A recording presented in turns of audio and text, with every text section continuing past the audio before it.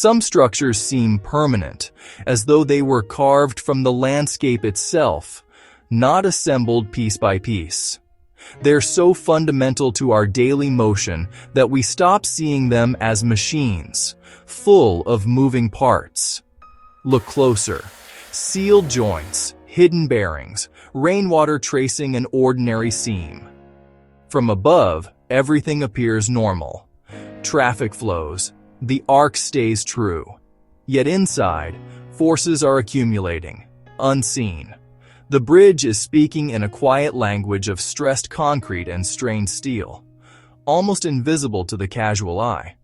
When a structure built for a century shows distress in just a few decades, the cause rarely announces itself on the surface. The paradox is that the system that gave America its unmatched road network, a triumph of vision and engineering, is also where hidden vulnerabilities were seeded. We built a continent-spanning web of highways and bridges in a breathtakingly short period, fueling growth that reshaped the nation. Ribbon cuttings and new routes took center stage. The future, its upkeep and decline, was left for later. A silent debt began to accumulate. Deferred repairs, postponed inspections, and the slow creeping decay of tens of thousands of structures. As of 2024, 42,067 U.S. bridges are rated structurally deficient, mostly small, local, or rural spans. Every day, drivers make about 168.5 million trips across them, while marquee interstates can still hide critical faults and look perfectly fine. This isn't one bad design. It's a system that prized beginnings over lifespan, on back roads and on signature interstates alike. Here's how we got there. The story of America's modern road network begins with a profound shift in national ambition following the Second World War. President Dwight D. Eisenhower, having witnessed the strategic power of Germany's Autobahn network, became the champion for a national system of high-speed highways. This vision was codified in 1956. The legislation was unprecedented in its scale and funding model. It established a federal trust fund which would cover an astonishing 90% of the cost of building the new interstate highway system. This financial arrangement was the rocket fuel for the Great Acceleration. States were given a powerful incentive to build. The result was the largest public works project in history. Over the next 4 decades, an army of engineers laid down over 40,000 miles of highway. This monumental task involved building tens of thousands of bridges, the essential connectors that carried the new highways. The engineering mindset was one of confident mastery. Designers believed they could build structures that would last indefinitely, relying on a portfolio of standardized designs. This cookie-cutter approach enabled rapid construction and predictable costs, churning out hundreds of nearly identical bridges each year. But the emphasis on building hit a critical oversight. The funding model paid for new construction. There was no parallel funding for long-term maintenance, repair, or eventual replacement. Federal money bought ribbon-cutting ceremonies, not the decades-later work of patching cracks or replacing bearings. States inherited a perpetual upkeep responsibility. A hidden cost was embedded from the start. Political incentives favored expansion. Visible progress was celebrated. Maintenance stayed invisible when done right. The expanding network created an unseen wave of future liability. The problem was deferred into a distant, seemingly manageable future. To understand why our strongest spans are failing, we must see them not as single, solid objects, but as complex assemblies of specialized parts, each with a distinct job. Joints and bearings are the cartilage of the bridge. They absorb movement and let the structure flex. This ability to move is critical. Think of bending a paperclip back and forth. At first it seems fine, but each cycle adds microscopic damage. Nanoscale cracks grow. Eventually, the paperclip weakens and snaps. This is metal fatigue. Every vehicle is another tiny bend in the paperclip. Stress cycles accumulate over decades. Other forces are also relentlessly at work. Water is a bridge's most persistent enemy. It seeps into concrete pores. If it freezes, it expands and pries material apart. Freeze-thaw cycles slowly destroy concrete in cold climates. Water also carries salt.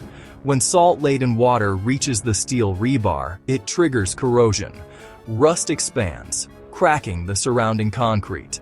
This exposes more steel and accelerates decay. A design life, say 75 years, is an estimate tied to maintenance. When maintenance is deferred, deterioration accelerates. The paperclip gets closer to its breaking point sooner than anyone expects. If you can already see the problem forming, you're ahead of where this went. Subscribe if you want more of these deep dives. We're just getting started. Here's how it actually worked. The failure of a bridge rarely begins with a dramatic collapse. It starts with a single, almost insignificant flaw, often a failing expansion joint.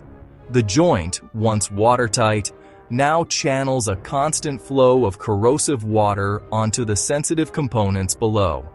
The bearings which allow the bridge to move freeze up. A bridge that is supposed to flex is now locked in place. The immense forces of thermal expansion have nowhere to go. The stress concentrates at a single point. A microscopic fatigue crack is born. At first, it is tiny and completely invisible. But it has fundamentally changed the physics of the bridge. The steel around the crack can no longer bear its share of the load, so the stress is automatically redistributed. This is a principle called redundancy. But this safety feature is also a mask. The bridge doesn't show any outward sign of distress, while invisibly, the remaining girders are now working harder, aging faster, and moving closer to forming cracks of their own. The primary defense against this creeping failure is regular inspection, typically a hands-on visual check once every 2 years. But the inspection system itself contains a paradox. Visual inspection is poor at detecting internal fatigue cracks in steel. A bridge can pass inspection after inspection, while a critical flaw silently grows. The true danger is a cascade of interconnected, smaller failures. Each problem amplifies the others, creating a web of dependencies. This is particularly dangerous in older, fracture-critical designs. Fracture-critical means no redundancy. If a single, critical steel member fails, the entire span can collapse. The first real consequence is the imposition of a weight limit. This is the system's first admission of failure. A lower weight limit can mean a fire engine from the closest station can no longer cross, adding critical minutes to emergency response times. The difference between a contained fire and a total loss. Eventually, the bridge may be closed to all traffic. When a bridge closes, it can sever a community in two, unraveling the economic and social fabric woven around it. In 2021, a routine hands-on inspection team on the Hernando de Soto Bridge spotted something terrifying. A crack had fractured through much of one of its main tension members in the tide arch span. They called 911 within hours, and the bridge was shut down. Only later, Arkansas DOT's review of archived drone footage from a May 2019 inspection showed the fracture was already visible, recorded in plain view yet overlooked.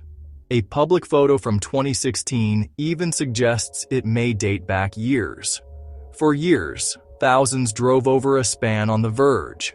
The paradox of America's failing bridges is now fully resolved. The system that enabled the greatest infrastructure project in history was simultaneously writing an unseen mortgage against the future. The defining strength of the building boom, its relentless focus on new construction, became its ultimate weakness. We are still operating with the financial tools and political habits of that era. The system effectively rewards states for allowing their assets to decay, creating a cycle of deferred maintenance that culminates in expensive, federally subsidized reconstruction. State transportation departments are trapped on a maintenance treadmill. They are running faster and faster just to stay in the same place. By deferring maintenance, we are not avoiding costs, we are merely multiplying them. A problem that costs $1 to fix today can cost several times more after years of neglect.